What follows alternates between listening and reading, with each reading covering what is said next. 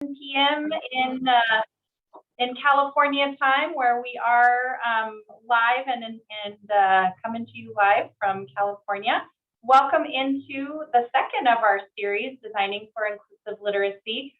For this academic year, we've survived through sort of a year through the pandemic, and now we're jumping into our next round of things. So this is session 2 of our series. I believe we are offering 9 to you. So last time, if you joined us, our session was on mindset, and today we're going to be talking about goal setting and how that is going to be helpful for supporting inclusive literacy in your particular context or your classroom.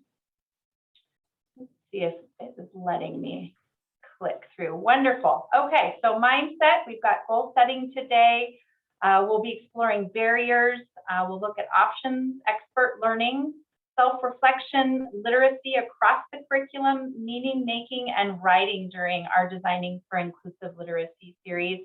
We come to you live the second Tuesday of the month from 3:30 to 4:30 Pacific time, and we are thrilled to have you with us. We are coming to you, the California Coalition for Inclusive Literacy. It's a partnership with CAST, the California Department of Education, California Collaborative for Educational Excellence, and then we partner with 5 county offices of education. We have implementation specialists in Los Angeles, Fresno, Santa Clara, Placer County, and San Joaquin County Office of Education. It's nice to see familiar faces and our partners joining us today as well. So thank you for being here, everybody. All right, friends, before we get started too much in our content, we wanted to take a moment to honor Indigenous Peoples Day today with a land acknowledgement, a multi-land acknowledgement. We do stand collectively in solidarity with the Indigenous and Aboriginal tribes whose land we now occupy in hopes of collectively moving forward in dedication of decolonizing our systems, side by side, while honoring the work of elders both past and present. In San Jose, we honor the Tamian Ohlone-speaking Muwekma Ohlone tribe. In Placer, we honor the Maidu, Miwok, and Auburn Indian tribes. In Fresno, we honor the Yokuts, the Monachi or Mono Indian tribes, and the tribal nations of Big Sandy Rancheria, Cold Springs Rancheria, and Table Mountain Rancheria. In Los Angeles County, we honor the Tongva tribe, the Fernandino Tataviam, and the Chumash First Peoples. We invite you to explore and honor the Indigenous and Aboriginal tribes in your region. Thank you for that and for bringing us into that space. Here is the team coming to you today. We are the California Coalition for Inclusive Literacy. My name is Shamron Coyle. I am so proud to be part of this amazing team coming together. In my previous work, I was a dual immersion teacher. I was English learner specialist. I've been a site administrator. I've worked with children and families from birth all the way through adulthood. And I am the mother of 2, currently getting a 17-year-old and a 12-year-old through school during the pandemic. So I'm experiencing it on both ends as an educator out front and then also at home. So I'm happy to be with you all this afternoon. Hi, I'll be co-presenting with Shamron. I am Wyatt, and I'm the newest member to the Cecil team. Really excited to have joined this incredibly dynamic team. And I am an implementation specialist in Santa Clara County. And we have Becky and Elisa and Elise joining us today as well in the back channels. So please know that we are all here. We're paying attention to the chat. There's going to be a lot of opportunities to interact with our content as well. And so we're really happy to have you with us. So it's been 19 months of Zoom and chat box, but just to make sure everybody's on the same page, we really encourage you to use that feature. Introduce yourself. You can ask or answer a question, share ideas or a connection, and we really get excited when folks put in hyperlinks or resources as well that relate to our content today. So it's great to have that. And again, just a couple of reminders about our access features for using the chat box. You're welcome to type @name to respond directly to a message. You can also use the drop-down menu and send a message to all of the panelists or panelists and attendees. So we are super happy to see your contributions in the chat box as we move through our content this afternoon. So welcome into the space, welcome into the Zoom. I think maybe technically we are a meeting and not a webinar, but we'd love to see who you are and where you're from. We see lots of familiar faces. So we invite you to share your name and your role and where you are located in the chat. It's been fun to see how far and wide our webinars are reaching. And let me see, we keep getting clicked through. Wyatt and I are doing dual control on the slide deck today, so we'll see how it goes. We've got some documents prepared to support your learning today. Our friends are dropping those in the chat for you. We have a home base that actually features all of the information for all of our webinars. You'll be able to register and access the resources on that home base document. There is a note-taking guide for you. And then later on today, we will be moving in and out of breakout rooms and discussion boards. And we have those divided up by grade level.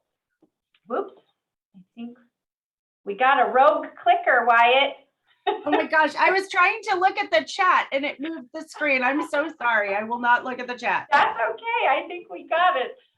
So we'll invite you into the pre-K. We've got a 3rd through 5th, a 6th through 8th, a 9th through 12th. And if we'll see if we have folks that are supporting adult learners, we're offering options to support your learning and explore our content in that area as well. So it's great to have you. Also, to access and support your learning, we also have a live captioner with us. So please feel free to turn on the captioning and you will have a live transcript caption. So thank you to our captioner that is joining us today as well. All right, friends. So as we start our content, we've got one quote to ground us here. Why? The why of goal setting. Anthony Robbins said it very well. Setting goals is the first step of turning the invisible into the visible. Love it. In order for us to arrive at a specified destination, we got to know what that destination is first. We got to know what it looks like, what it sounds like, what it feels like, and where it's located in order for us to know that we've actually arrived there. So we've got to always begin with the end in mind so that we can visualize where it is that we're heading. And then once we have that, we can build our way back from there to where we currently sit. And that is exactly how we begin to reach that end goal. All right, I wanted to take a moment to just honor where we have been. This is my own family that you'll see photos of right now. I want to take a moment and think about how far we've come in the last 19 months. My goodness, Shamron already touched on this thought. It's just incredible what we did as educators. I mean, I wanted to really hold some space and just honor the integrity, the ingenuity, the courage, patience, the grace, the creativity and tenacity, the grit and the humor that it took each and every one of us to get to exactly where we are. You know, what other piece in the world was really thrown on its head the way that education was? And it happened overnight, and we did it. We stood up and we rose to that occasion. We jumped up, we met the moment, and we slayed. Look at these photos of my family during distance learning. The first one on the left, you'll see that's my husband, and he was running a catering company out of our kitchen at home. And it was also a part-time classroom. That was him sitting with my, at the time, kindergartner in Spanish, trying to go to school together. And you see, it worked. Look at how engaged he is. And the next photo, you can see both of my kids, a 3rd grader and a kindergartner. You can see my kindergartner has his thumbs up. He's communicating to his maestra that he totally understood what it was that she just said. And I remember in this moment, my other son, he was deep in the middle of a really intense math talk. We got the work done. And then in the last photo, you can see my kinder again with his little headphones on, holding up his book, letting his maestra know that he understood what syllabus he needed to highlight in that moment. And so I just wanted to show the success, because this was success. We jumped up, we rose up, and I am so very grateful and so very proud of each and every one of you. Giving up was never an option for us, and we never did. And thank you so much. I love that you shared your family. Thank you for putting those photos in there. It kind of really makes it personal. Like, this is real life. This is what our homes look like. So we're wondering, we definitely saw some practices in Wyatt's photos about what worked for her family. We're curious about what you found to be effective and what practices from the pandemic you would hope to continue, either within your context, if you're working with your own children at home, what worked for you professionally within your context, what would you like to continue, and what do you plan continuing to share? We'd love to see your comments and your thoughts on this in the chat. One of the features that I was really grateful for this, and at the school site where I most recently was the ability to do IEPs and parent-teacher conferences via Zoom. We found that we had a much higher level of participation and engagement, and way fewer canceled or rescheduled meetings. Made it a lot easier for families to come in and engage. You could take 30 minutes or an hour out of your workday to Zoom in versus having to take time off work to physically show up at the school. Was sometimes a barrier for our families. I see in the chat lots of grace, continuing for grace, connecting with colleagues in a variety of ways. I love that. Self-care, yes. Interactive slideshows like Pear Deck were used. Intentionally connecting with family and friends because we didn't meet in person. So I try to make more phone calls and reach out now. Yeah, I remember that too. I remember the first time I Zoomed with a group of people. It was such a novel concept, and now it's probably one that we take for granted. Yeah, spending less time texting, making those relationships stronger with our families. Oh, I'm so grateful for the perspective of, highlighting and really focusing on those relationships and self-care as we move through that. I do also hope that that continues in our work as we move forward in our context, and continuing to support our kids and families as we move through education in a different way. For our purposes today, it's important to frame a little bit about what we're talking about when we say inclusive literacy.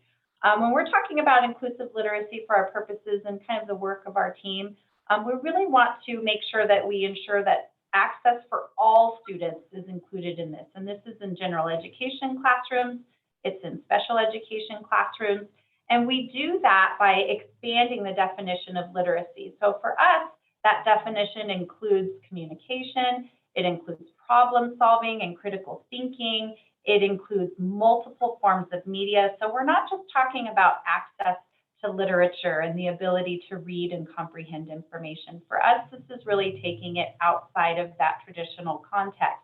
We want to make sure that we're providing options for learners to progress in all content area and disciplinary learning. So literacy extends into the arts, into multi-language, into science, into math, and we really strive and will continue to strive throughout the work with our project to make those connections so that students in and across all of their classes get to remain in that setting with their peers and have rigorous access to grade level content.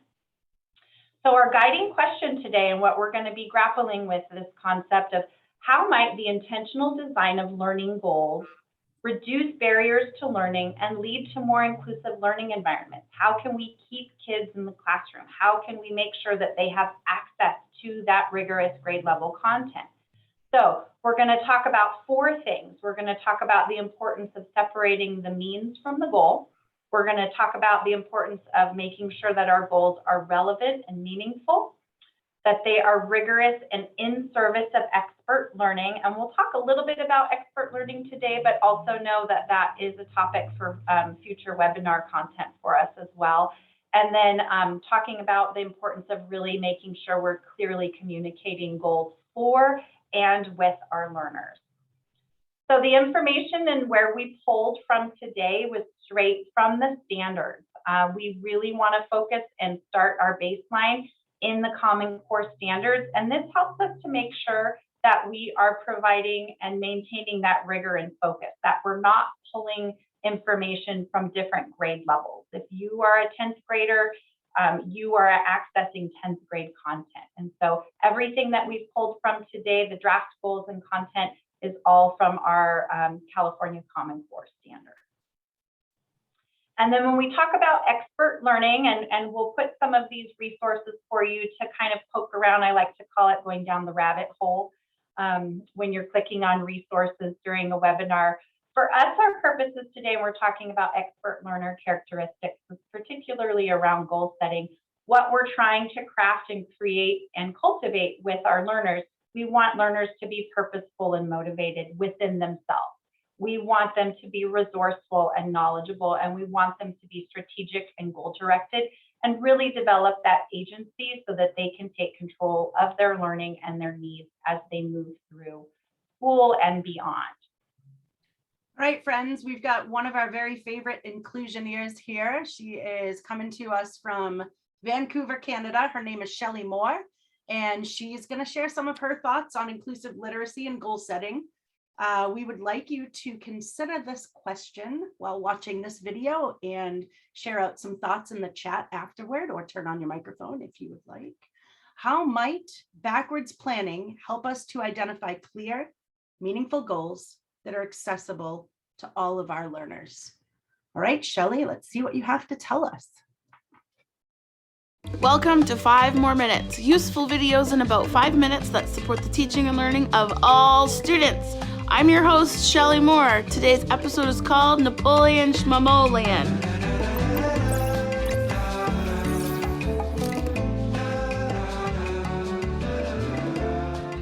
Today we're talking about this guy, you know the one. If I think back to when I was a student, I wish I could tell you more that I remembered other than that he was French and that he was short, which actually I recently learned isn't even true. He was actually quite average sized for the time. Anyways, I thought I was done learning about Napoleon, and then I was collaborating with a classroom teacher to make a social studies unit accessible, and so I asked her, "So, what's the next unit you're planning? Let's plan it together."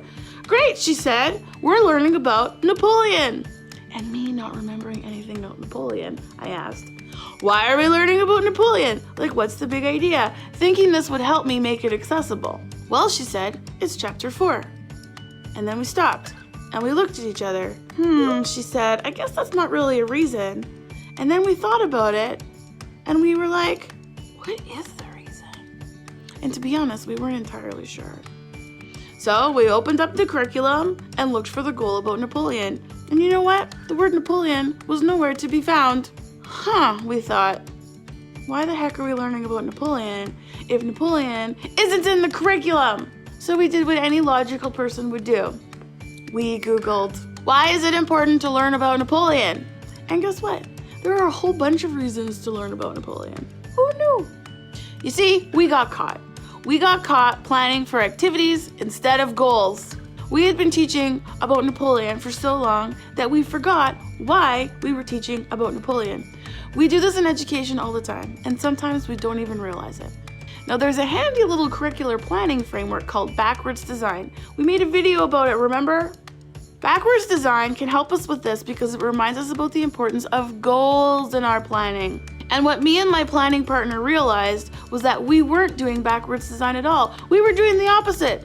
We were doing forwards design. Forwards design is the planning framework that came out of the Industrial Revolution. And this concept rolled over into education, as we already know. Forwards design is where everyone needs to do the same task or activity, like in a factory. If you can't do it, you get a different job. This is called skill streaming, or in education, it's ability streaming. Same activity, but differentiated goals. The problem with forwards design and ability streaming is that if the activity or the task is the barrier, you don't actually know if kids have met the goal. And so we end up streaming kids unnecessarily into regular, adapted, and modified goals or programs, which can drastically affect the outcomes of their education and puts a lid on their potential. This is especially problematic for students who have learning disabilities, where kids can absolutely meet a goal, but the barrier of meeting it isn't their ability level, but the specific task we're asking them to show their learning with. The opposite of forwards design is backwards design. In backwards design, everyone is working towards the same goal, and then we use many different activities for students to meet that goal. Rather than relying on one way, like a test or an essay, for example, students get to choose their best example of how they met the goal. Same goal, differentiated activities. To be completely honest, only allowing students to share their learning in one way, the one way that we like and how we learned, is actually very colonialized of us. And if we really want to engage in reconciliation and equity efforts, this is one thing we can do. Because if this is all we did, assessment would blow open to be more inclusive for so many learners. Because instead of saying, to prove that you meet this goal, you must show your learning in this way, we are saying, to prove that you meet this goal, you can show your learning in any way. Do you see the difference? It's huge. Okay, so let's get back to Napoleon. What is the goal? Well, you'll be happy to know that there are many goals connected to Napoleon. One in particular stood out. You see, Napoleon did something different than other leaders of his time. Napoleon self-declared himself a hero. He crowned himself. We use Napoleon as an example to develop historical critical thinking. That is the goal. Napoleon is a great example to build criteria for leadership and heroism. Okay, but now that you know that, maybe we can think of some examples a little bit more closer to home, maybe more relevant and timely. I mean, I'm not going to say anyone in particular, but maybe someone a little bit more local. Once we realized this, we still planned a unit using Napoleon as an example, but we also looked at other examples for different activities to meet the same goal. We looked at Lance Armstrong, we looked at Malala, and then students could choose a leader from their past and someone they knew in their own life to develop these critical thinking skills. Some of these examples are more complex than others, but using more accessible examples makes the goal more accessible without compromising the expectation. Take a look at your unit and your year plans. What are the goals? And then take a look at some of these tips to help differentiate your examples and activities so that more students can meet the goal. Choose examples that are relevant and accessible. Examples that are connected to your own community. Choose examples that represent the diversity of your students and reveal the multiple perspectives in the world. The more examples we bring in that are responsive to our group of learners, the more accessible the goals are for everyone. Because it's never just about Napoleon. Thanks everyone for watching and happy planning. Hey, did you know that we have a 5 More Minutes podcast and we're going to be talking more about this video? Check us out on iTunes or wherever you get your podcasts. Thanks for joining us for another episode of 5 More Minutes.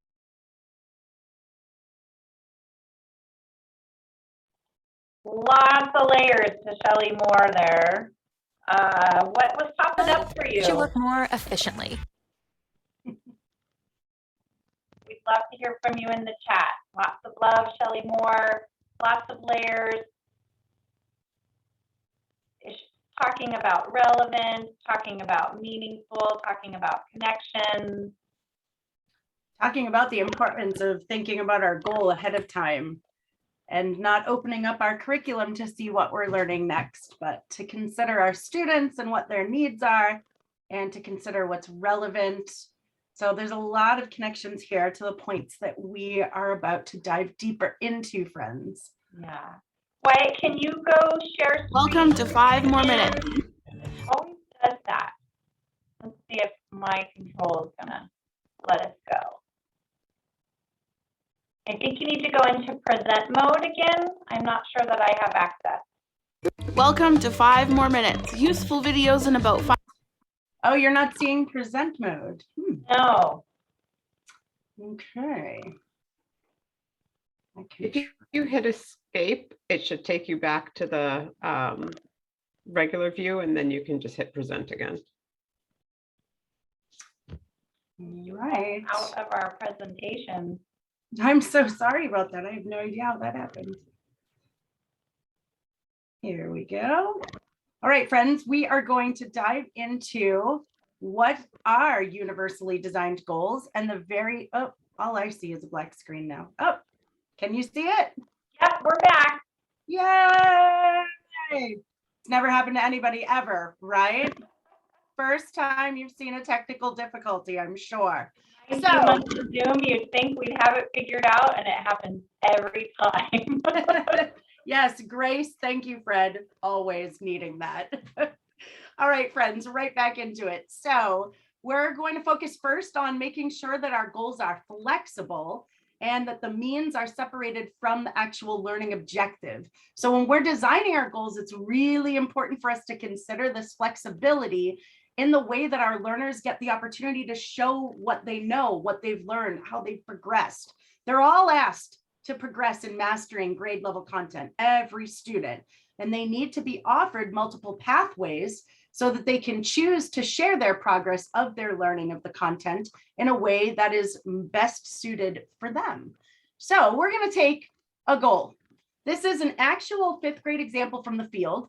I was on the phone with a teacher that I used to mentor, and he called me up in July and was asking me, any chance that you could still maybe go over my backwards plan with me for the year real quick, Wyatt? So of course I did. And he was super excited to talk to me about how he wanted to dive into integrating the NGSS science standards with English language arts science standards and be teaching them at the same way, integrated. So as he was sharing his thoughts, he shares this goal with me. For 5th grade, I can write a narrative describing the steps of the rock cycle from the perspective of one type of rock.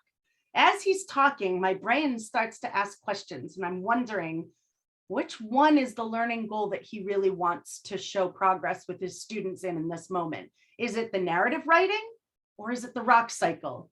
I understand wanting to use the two at the same time, but I wasn't clear on which one was actually the learning goal in the moment. So we circled back to this integrated approach, and we talked about it really openly and honestly together.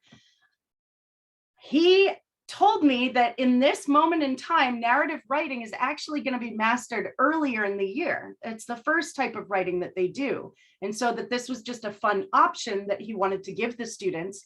The real learning that he is aiming for in this moment in the year is around the rock cycle. So we just removed the means and we focused on writing the narrative was the means that he was offering, whereas describing the steps of the rock cycle is the actual learning objective.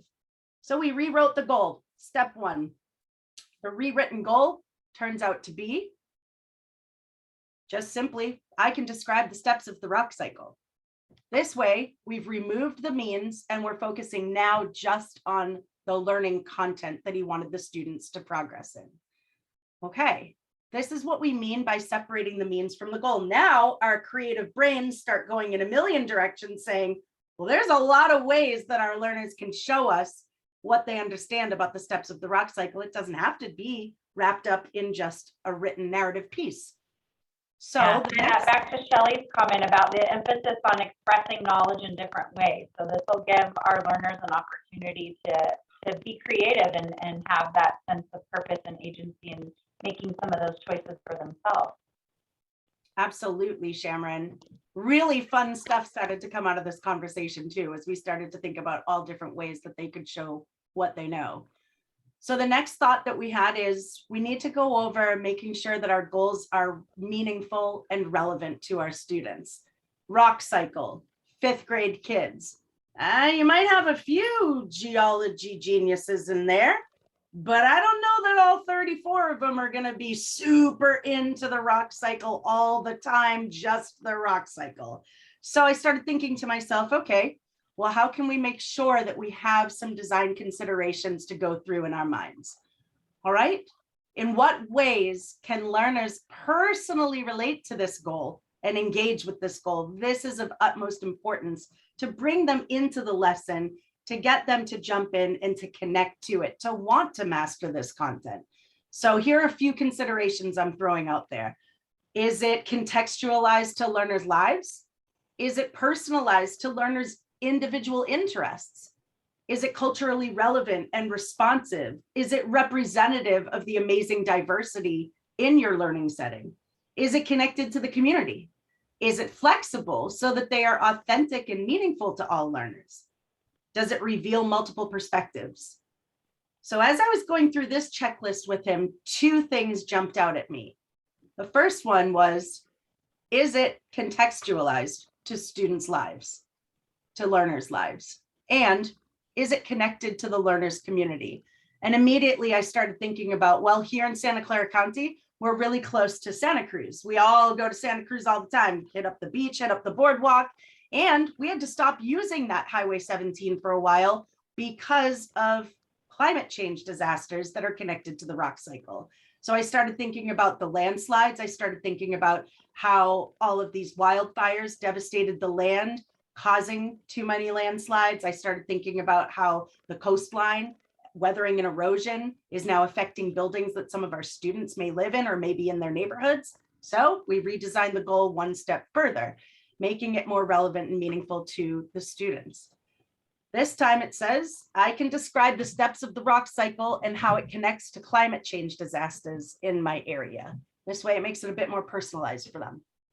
So just those two connections and those two considerations brought it a little bit more closer to home and hopefully increase the level of engagement and connection that your learners could have to that. I see that. Sometimes when I look at all those design considerations and all of the different things that I have to handle and be mindful of when I'm planning and designing, it can become overwhelming. But I have to remind myself that I don't always have to choose every single piece, and I can't address every issue and every goal and every lesson that I do. So having those focused goals, I think, is a really helpful place to start. So we are going to invite and welcome you into trying out some of this on your own. In a few minutes, our colleagues are going to create some breakout rooms. You'll be able to self-select your breakout room based on your grade levels and preference. So pre-K through 2, 3rd through 5th, 6th through 8th, 9th through 12th grade. And we also have an option for adult learners. We'll see what we go through on that. And then within those, there are various discussion board documents with some draft goals that have been created there for you to start to play around with. And we're going to invite you to play around with those first two columns on the discussion board. The first column has the draft goals written in ICANN language, links to the standard. The second column is how would you play with the language of those goals to separate the means from the goal. And we're going to invite you to also bring in some relevance and make meaning of those goals. How might you connect some of those draft goals to your context and the learners within your context? You'll also find on those discussion board documents, there's a space for other goals. So if you have something that you're personally working on within your context, we invite you to take this opportunity to experiment and play around with it. You'll have the opportunity to go into breakout rooms with our colleagues in the room and discuss it. You'll also have the opportunity just to go into that discussion board document and play around and type with it and see what you can do with that. So we'll invite you to choose. There's a language arts, a math and science draft goal in there for you. And we'll ask you to explore, are the means separated from the goal? And is the goal relevant and meaningful to the learner? So again, we're exploring separating the means from the goal and bringing relevance and meaning into that context for whatever that might be for you.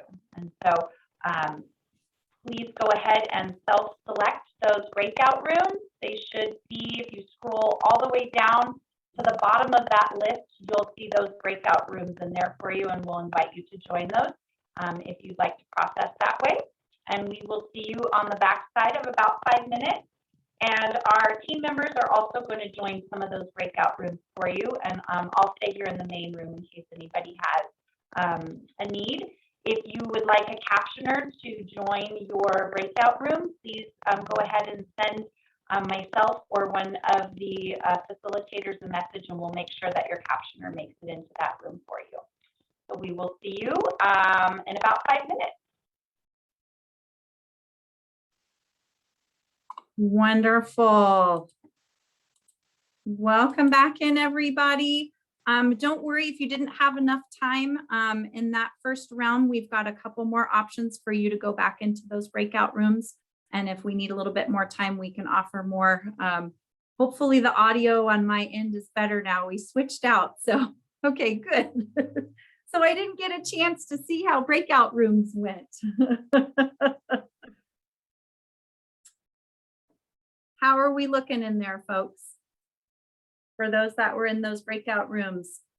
You know, can I just tag on really quick? I wanted to answer the question that our 3-5 just ended on. Jackie, you were asking the question, and the answer to your question is yes, that is exactly right. We were focusing on separating the means from the learning objective in that moment. And it was separating out the learning of writing a summary versus writing about specifically the San Juan Bautista mission. Wonderful. Wyatt, if you could give me remote control again, Yes, it might be helpful. We played around, so hopefully my audio is different. I'm on somebody else's computer now, so hopefully we have that all worked out. So thank you for that feedback and the opportunity to work through that. Let's see if I can get us advanced. Here we go. It always does that. Help me. Wyatt, can you advance us? absolutely can. Thank you. You got it, friend. All right. So we've talked about separating the means from the goal. We've talked about making sure that it is flexible and meaningful for our learners. And now we're going to dive into a little bit of content around what does this mean to make it rigorous and in service of expert learning. So when we're talking about rigor and being in service of expert learning, I feel like we could do a full day workshop on just exploring this concept of rigor. But for our purposes today, we're going to really hone in and focus on those expert learner concepts. So I'm going to ask myself, is the goal written in service of helping my learners become more purposeful and motivated, resourceful and knowledgeable, and strategic and goal directed, in addition to exploring the content that I want students to interact with? I want to make sure that I'm building in opportunities to really challenge their thinking. Whether it is that you're using, Blooms, are you using depth of knowledge? There's lots of conversation about what rigor looks like. We're really looking at it as an opportunity to make sure that our students and our learners are grappling with information in a new way. Can they synthesize it? Can they take this new learning and do something else with it? I want to make sure that I'm challenging them intellectually. I want to make sure that I'm challenging them academically, and I want to make sure that I'm building in opportunities for them to take ownership of their learning.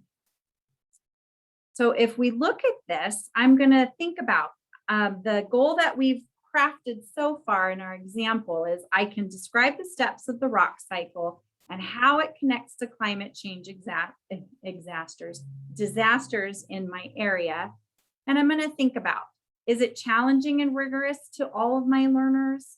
I'm also going to think about that. And so whether I'm using, again, Blooms, whether I'm looking at an opportunity for students to expand on the learning, we decided and landed on this concept of I can analyze cause and effect relationships with the rock cycle that connect to climate change disasters in my area. So I've got content about the rock.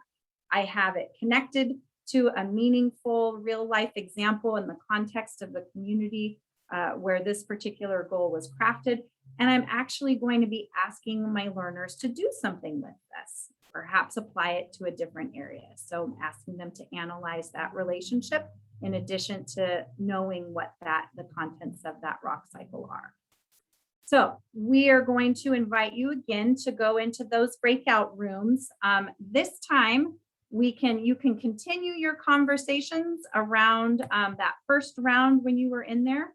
You can also expand on those conversations and talk about what does it mean to make sure that our goals are rigorous and in service of expert learning. What are we building into these contexts and in this design to make sure that we are building expert learners for our students within the context that you're working in.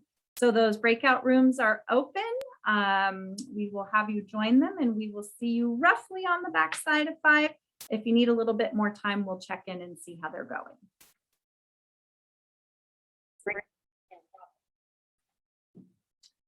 It's the whole exit stage left. I always feel bad yanking people out, and it looks like there has been some great dialogue and great information and great suggestions and some questions on those discussion board documents. I'm grateful so many people are in the mood to go into a breakout room session this afternoon. Sometimes it's not always on the menu, so we are happy that that worked out for you. Anybody care to unmute or share some of their processes or highlights or questions or wonderings that's coming up as you're processing and working through kind of these 4 points as we move through goal setting today?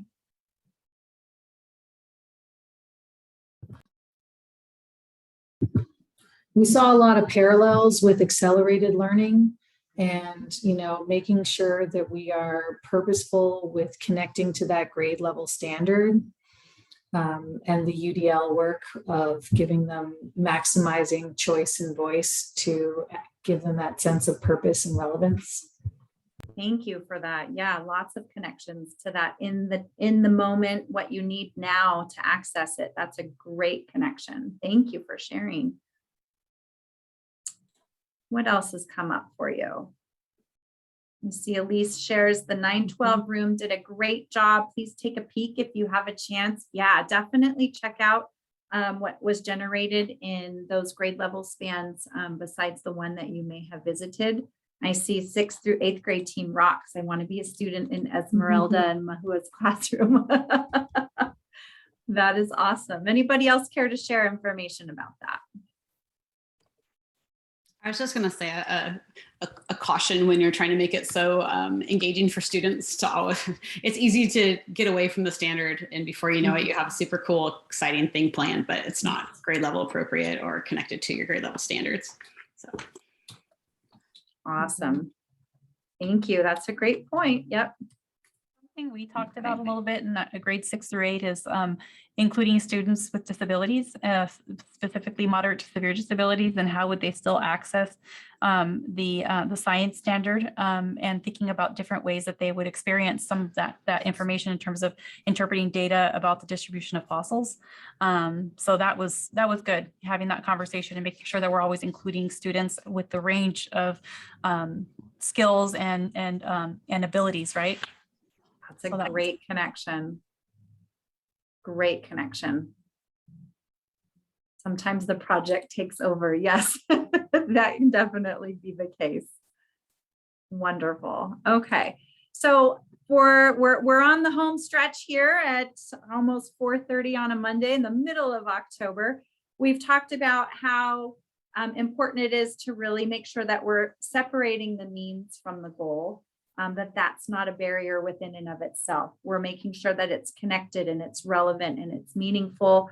We want to make sure that we're always making decisions that are in service of expert learning and providing that high level of rigor for all of our learners. And the last bullet point is clearly communicating. And we're going to hope and want to lean on the expertise in the room for this one. And there'll be some more opportunities to share. But this is where this has been our journey so far. We started with that draft learning goal as I can write a narrative describing the steps of the rock cycle from the perspective of one type of rock. And then we separated the means from the goal, and that translated to I can describe the steps of the rock cycle. And then we talked about, and we're considering relevance and meaning. And it became, I can describe the steps of the rock cycle and how it connects to climate change disasters in my area. And then finally, we upped the ante a bit and we talked about rigor and expert learning, and we added in, I can analyze cause and effect relationships within the rock cycle that connect to climate change disasters in my area. So in what ways might we clearly communicate the goal for our learners? How have you done it? How have you experienced it yourself? And how do you support learners perhaps in crafting and creating their own goals? So some of the design considerations when we ask ourselves questions related to communication is, did I discuss it with my learners? Have we engaged in a conversation with this beyond, like, here's the learning objective? Are they able to reflect and monitor their progress throughout their time engaging in the goal? Is it presented in multiple ways? Are we talking about it? Are we posting it visually? Are we sharing it digitally? Is it available in other realia? How are they able to interact with this and really make meaning of it and really take ownership of it? And so we are hoping we have a room full of experts. We are going to invite you one final time into that breakout room. And this will be an opportunity for a couple of things to continue to finish those conversations that you already started. You'll see on the bottom of those discussion board documents, there is a green table now where we invite you to put in your own resources of how do you clearly communicate goals for learners? how do you support learners in creating their own goals? We'd love some hyperlinks in there and additional tools that you find useful in communicating goals for our learners. And we'll see you on the backside. We'll probably make this one a little bit shorter. We're coming up to that 4:30 mark. And so we will see you in just a few minutes. Go ahead and join those breakout rooms. Progress. Wonderful. Welcome back in, everybody. I always feel bad and I'm yanking people out. I'm so happy that you found such value in those breakout rooms today. And hopefully you got some great information from your colleagues as we move through our session today. So we are on the final stretch. We talked about those 4 bullet points of the means separated from the goal, relevance and meaning, rigor and expert learning, and clearly communicating goals. And we'll go to that next slide, Wyatt. And we will close out our session for today. So next time, if you had questions coming up about barriers, our session in November is definitely for you. You'll find in the chat that you can register for our next session on barriers. That'll be the 8th at 3:30. And then your feedback, we love it. We rely on it. We need it. We are constantly in a space of design, and we would love to hear from you about what went well, what would you like to see more of, what didn't work, so we can definitely cater to your needs as we move through this series together. So we would appreciate your feedback and any and all of that as well. I would also like to say that we were just like in some really great conversations in that last room. So if there was a thought that you wanted to throw back on one of those docs, we are going to be using that information. So please feel free to spend 1 or 2 more minutes on that doc and throw out those ideas of how you help our learners to design their own goals. Yeah, those documents are yours to access forever. They are there for your learning. They are open and available for you to continue to revisit and add to, as is our slide deck today. So you can also connect with us in a couple of ways. We have a monthly newsletter that's focused on the themes around our webinar. You can go down a few more rabbit holes, so to speak, around mindset and goal setting. We have information in there about assessment. You can also find all this information on our website, which is ccil.cas.org, and you'll find those posted in the chat for you to access as well. And just Grace, grateful. I loved that the practices that you want to continue involved self-care and connections with people. Even though over the last 19 months, we've been physically further away, I love that that's what we go to. So we are super grateful for you and thank you for your engagement and your time and the work that you're doing to include and support learners in your communities and in your context. And we're here if you'd like to hang out and chat. If you want to continue conversations, we'll hang out for a few more minutes. We kept you a little longer, but I'm super grateful. So thank you all for being here. Such a pleasure and an honor. Thank you. Thanks, everyone. Take care.